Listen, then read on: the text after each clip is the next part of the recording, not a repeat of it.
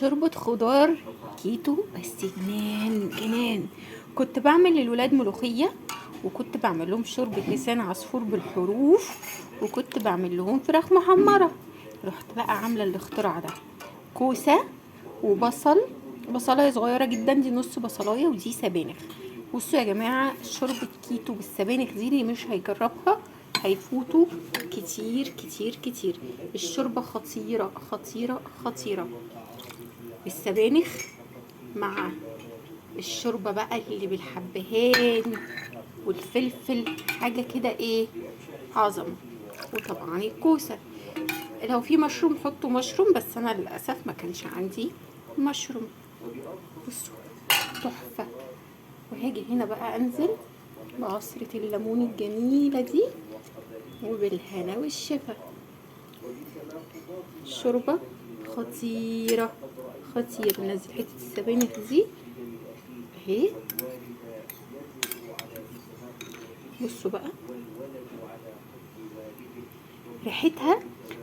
وحاطه كرفس وسبانخ وكوسه. الجيش قالك اتصرف. كوسه شوحها في معلقه سمنه بلدي، شوحها كل الخضار ده الاول، خدته تشويحه على النار بمعلقه من السمنه البلدي، وبعد كده رحت نازله عليه بقى بالشوربه المتظبطه بالحبهان والمستكه ورق اللورا. بجد خطيره، حلوه جدا جدا. عندكم بقى زي ما قلت لكم مشروم، حطوا كل الخضروات اللي مسموحه في الكيتو. انا ما كانش عندي بصراحه، فلقيت السبانخ ولقيت الكوسه. طبعا جديده موضوع السبانخ ده، بس طعمها لذيذ جدا مع الكزبره الخضراء كرفس وكوسه وكزبره خضراء. خطيره. بون ابتي.